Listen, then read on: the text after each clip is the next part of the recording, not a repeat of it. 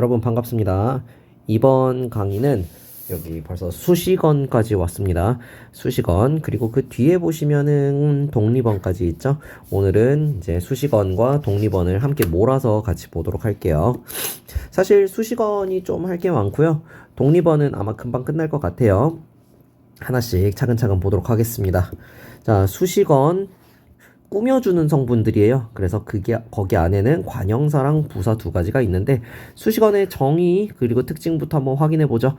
뒤에 오는 말을 꾸며주며 의미를 한정하기 위해 쓰는 단어를 우리가 수식어라고 하고요. 그리고 형태가 변하지 않는 가변어죠.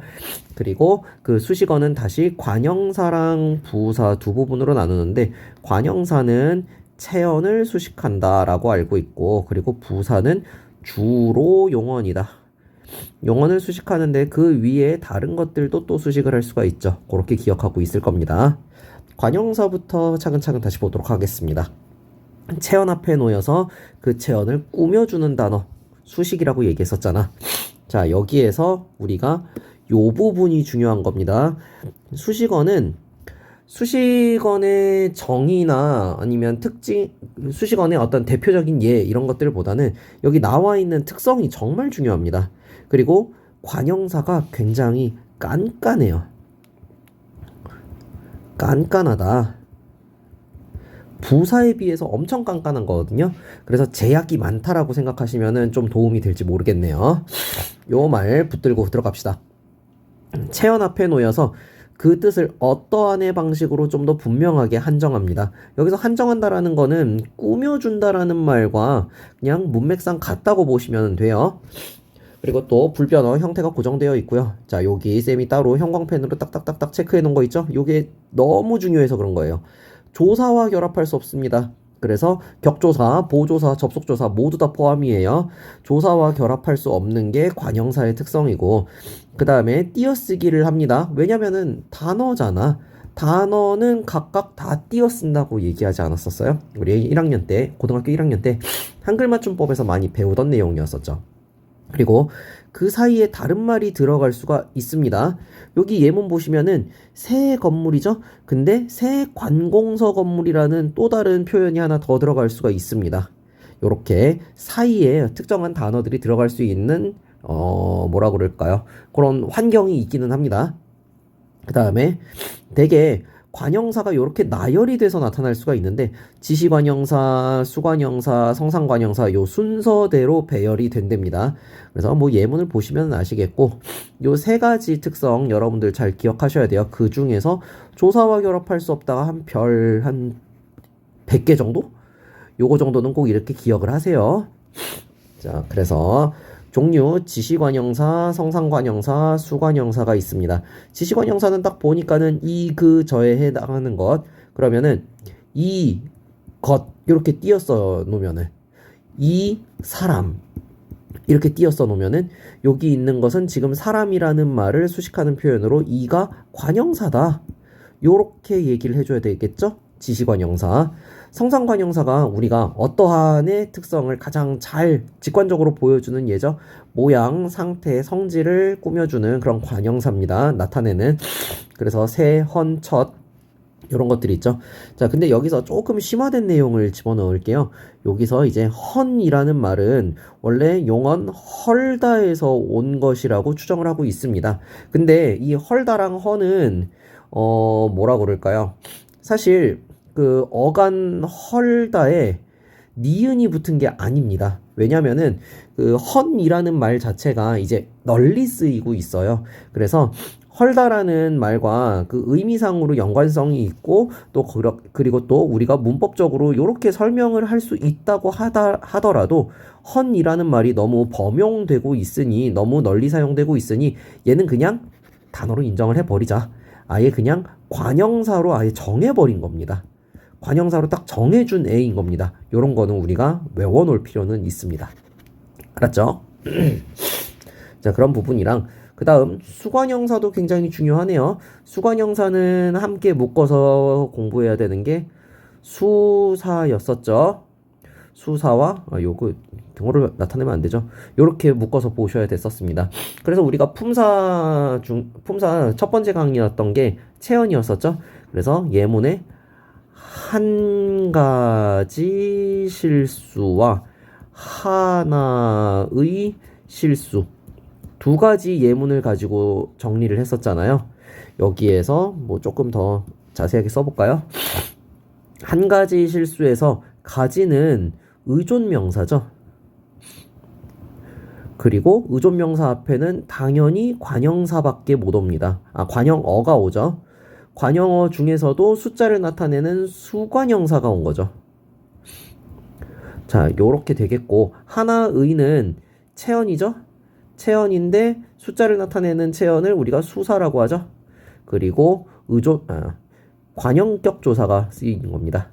관형격 조사.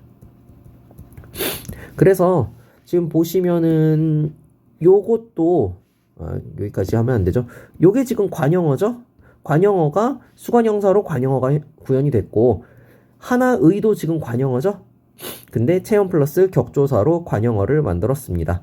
그리고 조금 더 확장해서 보면 요거 자체가 요렇게 꾸며주고 있지. 그래서 한 가지의 실수인 거니까는 요게 이제 관형구처럼 만들어진 다음에 또 꾸며주고 있습니다. 그래서 의미 자체는 이제 비슷해 보일 수밖에 없다라는 얘기인 거예요. 자, 여기서 이제 우리가 다시 포인트로 넘어가면은 지금 수관형사랑 헷갈릴 수 있다는 게 뭐라는 겁니까? 수사라는 거 비교해서 보실 수 있어야 되겠습니다. 알았죠? 자, 그 다음에 부사로 넘어가 볼까요? 부사는 용언 또는 다른 말을 꾸며주는 단어. 근데 주로 용언을 꾸며주니까는 용언 중심으로 공부하셔야 돼요. 개념 및 특성.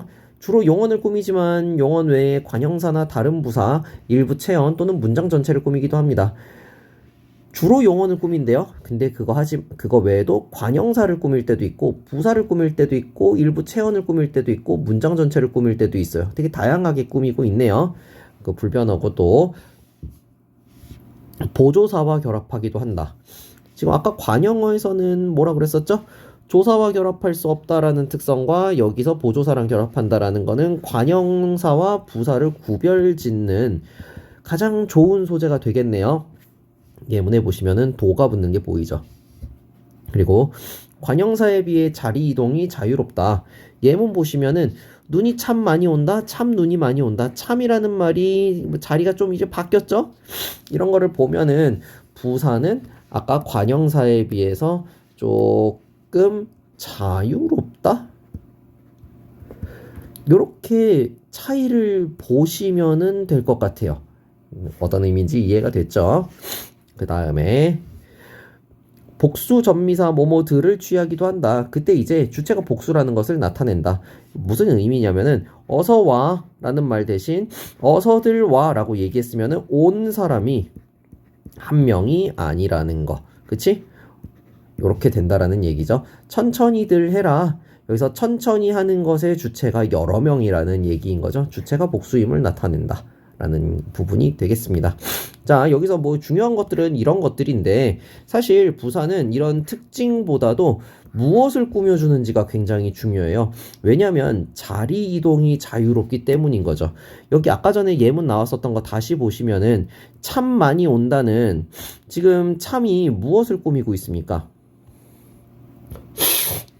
이게 어느 것을 이제 수식하는지 어떤 것을 꾸미는지 정확하게 확인이 안 되면은 덩어리 단위로 보시면 돼요. 참 많이일까요? 참 온다일까요?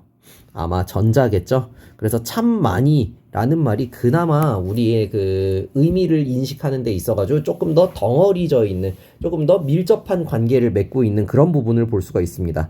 그래서 지금 참은 여기에서 많이를 꾸며주고 있다고 보셔야 돼요. 그럼 얘는요? 참눈일까요? 그것도 아니죠.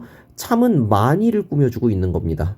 똑같아요. 왜냐면 이 두 문장의 의미가 비슷하잖아요. 그러면 아마 수식하는 것도 피수식, 수식의 관계가 아마 같을 거다라고 생각을 하셔야 됩니다. 자, 그러면 여기서 이제 우리가 볼 수 있는 것은 뭐냐? 수식 성분. 요렇게 얘기하기보다는 그냥 이렇게 짧게 얘기할게요. 피수식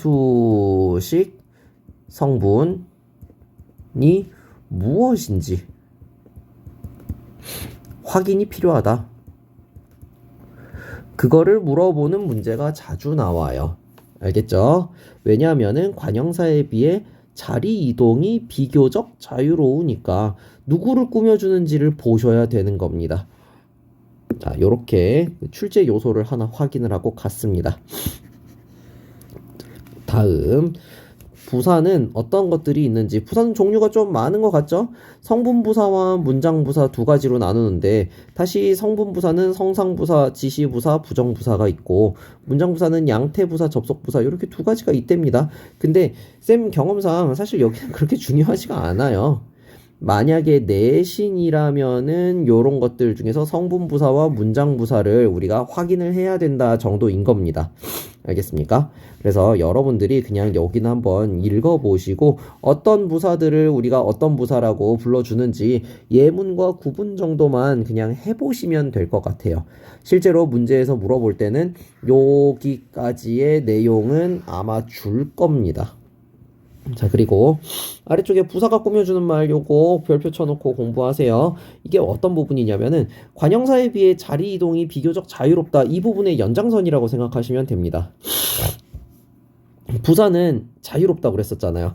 그래서 그 자유로운 특성 중에 자리 이동이 자유롭다라고 얘기했었고, 두 번째로는 부사가 여러 가지를 꾸며준다 인 겁니다.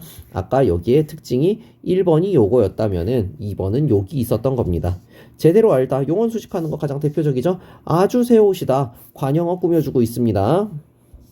그리고 꽤 많이 모였다, 여기서 많이를 꾸며주고 있죠. 요런 거 이제 수식 성분 어떤 거, 피수식 성분 어떤 건지 확인을 해볼게요. 제대로 알다, 요렇게죠. 아주 새 옷이다, 그리고 꽤 많이 모였다, 조금 뒤에 올 예정이다, 뒤, 여기까지만 딱 꾸며주는 거죠. 그리고 제발 그 사람이 나를 믿어줬으면 좋겠다, 요렇게 통째로 꾸며주고 있네요. 요런 것들도 되겠습니다. 그래서 여러분들이 이제 요거를 부사가 무엇을 꾸며주는지를 물어보는 문제가 나온다라는 거를 미리 알고는 계셔야 되겠습니다. 그래서 그것과 자리 이동이 자유롭다, 또 한 문장 성분을 점프해서 꾸며줄 때도 있다 라는 것과 섞어가지고 우리가 시험 문제 출제되어 있는 포인트들을 만나게 될 겁니다. 자, 여기까지가 부사였었고요. 사실 뭐 관형사랑 부사 문제로는 출제가 굉장히 많이 되고 그 중에서도 관형사가 굉장히 많이 출제가 돼요. 그런데 여기서는 요 정도까지만 해도 나머지는 이제 문제 푸는데 지장은 없을 겁니다. 그 다음에 감탄사로 넘어가겠습니다. 품사의 마지막 품사 영역 독립원 감탄사를 보겠습니다. 감탄사는 여기 나와 있네요. 놀람, 느낌, 부름, 응답. 놀람, 느낌, 부름, 응답. 요 네 가지를 꼭 기억을 하라고 했었죠. 그리고 특징, 문장 속에서 다른 성분들에 얽매이지 않고 독립적으로 쓰인다. 그러니까 독립원이구나. 여기서 다른 성분들과 얽매이지 않는다라는 예문은 옆에 있는 이 부분을 가지고 우리가 한번 볼까요? 나 지리산 정상에 갔다 왔어 라고 했지만은 지금 부르고 있지. 근데 얘가 굳이 없어도 지금 대화 맥락상 이 문장에 영향을 주지 못하고 온전하게 의미를 전달하고 있습니다. 이렇게 독립적으로 놓여 있는 애들이기 때문에 독립어라고 하고, 그리고 그것들이 이제 감탄 외에도 또 다른 역할을 하는데 보통 감탄 중심으로 역할을 하니까 대표적인 역할이니까 이렇게 감탄사라고 이름을 붙여준 겁니다. 힘들었겠다. 또 마찬가지지. 우아라는 거는 지금 뭐 감정을 드러내는 거지 느낌을 드러내는 말이었었잖아. 요게 없어도, 그리고 또 요게 있다고 해가지고 힘들었겠다의 그 문장에 영향을 주거나 그러지는 않습니다. 그리고 또 대답이죠. 뿌듯했다라는 말이 응이라는 것과 관련을 밀접하게 맺고 있지는 않습니다. 요게 굳이 없어도 여러분들은 이 문장들만 가지고 그 의미를 판단을 할 수가 있고 대화가 온전하게 진행된다라는 것도 알 수가 있죠. 알겠습니까? 그래서 독립원이라는 거는 다른 문장들과 얽매이지 않고, 다른 문장 성분들과 얽매이지 않고 독립적으로 쓰인다라는 걸 기억해 주세요. 그리고 불변어고요. 조사와도 결합하지 않는다. 이것도 중요하겠죠? 조사와 결합하지 않는다. 야, 우와, 응, 여기에 은는 이가 같은 거 아무거나 붙여보세요. 이게 붙을 수 있는 게 아무것도 없어요. 왜냐면 그럴 필요가 없으니까. 자, 그 다음에 자리 이동이 비교적 자유로우며 문장 성분은 언제나 독립어다. 자리 이동이 자유로운 게 또 있었네. 자, 그 다음에 뭐 요거는 이제 나중에 예문을 통해서 또 보시면 되겠습니다. 다음, 단독으로 문장을 이룰 수 있다. 얘 자체가 하나의 문장이라고 보는 거야. 아까 우리가 뭐라고 그랬었죠? 독립원이라고 그랬었지. 독립원이니까는 하나를 그냥 독립원 문장의 형태로 보는 겁니다. 자, 그러면 그 다음, 상대방을 의식하지 않고 감정을 표출하는 감정 감탄사와 그리고 의지 감탄사와 상대방을 의식하여 자신의 생각을 표시하는, 그리고 또 의미 없는 입버릇 같은 소리의 감탄사들이 있어요. 이런 것들 있죠. 아니면 뭐 이런 것들. 문장을 구현하기 이전에 앞에서 말버릇처럼 좀 뱉어내는 그런 말들 있잖아요. 그런 것들도 우리가 감탄사라고 합니다. 자, 그리고 요거는 이제 구별을 하는 거고 너무 당연한 건데, 상대방의 이름을 부르는 경우에는 감탄사가 아니라 독립어라고 보는 겁니다. 아니, 이게 감탄사나 독립어나 뭐 결국에는 역할이 어느 범주이냐의 그 차이인 거지, 이거를 감탄사가 아니면서 독립어다라는 거는 도대체 뭐냐라고 생각을 하게 될 텐데, 요런 거는 이제 우리가 쌤이 이제 본 수업에서 자주 하는 얘기 있잖아요. 조금 확대해서 써볼게요. 문장 성분은 어떻게 만든다고 했습니까? 문장 성분은 1번 단어 단독으로 만들 수가 있는 겁니다. 두 번째는 체언에 뭘 붙이는 겁니까? 땡땡격 조사. 세 번째로 용언 어간에 그 다음에 땡땡형 어미. 요렇게 문장 성분을 구현하는 게 가장 대표적이에요. 그럼 여기서 감탄사를 한번 만들어 볼까요? 아니, 독립어를 한번 만들어 볼까요? 독립어. 첫 번째로 단어 단독으로 독립어를 구현할 수가 있습니다. 뭘로 만드는 거야? 감탄사로 만들면 되겠죠. 그래서 이런 거. 두 번째로는 체언의 격조사예요. 지금 이게 여기 있는 겁니다. 유미야. 요거부터 쓰면 안 되죠. 체언에 플러스 호격 조사를 붙이면 됩니다. 호가 부르다 호라고 그랬었잖아. 부르다 호자. 그러면은 유미야 플러스 야가 되겠죠? 이렇게 되면 되겠네. 세 번째, 용언 어간에 어미를 붙일 수가 있을까요? 요게 다 되는 거는 아닙니다. 감탄사에서는 존재하지 않아요. 이렇게 만들면 되지. 쌤이 요 독립어 말고도 관형어를 만드는 걸 가지고 가장 많이 얘기했었죠. 관형어까지도 한번 볼게요. 관형어는 첫 번째로 관형사로 만들 수가 있어요. 그래서 새, 책 이렇게 꾸며주면 되겠죠. 두 번째로 체언에 무슨 격조사? 관형격 조사를 붙여야죠. 관형어니까 관형격 조사. 요렇게 결합을 한다고 그러면은 선생님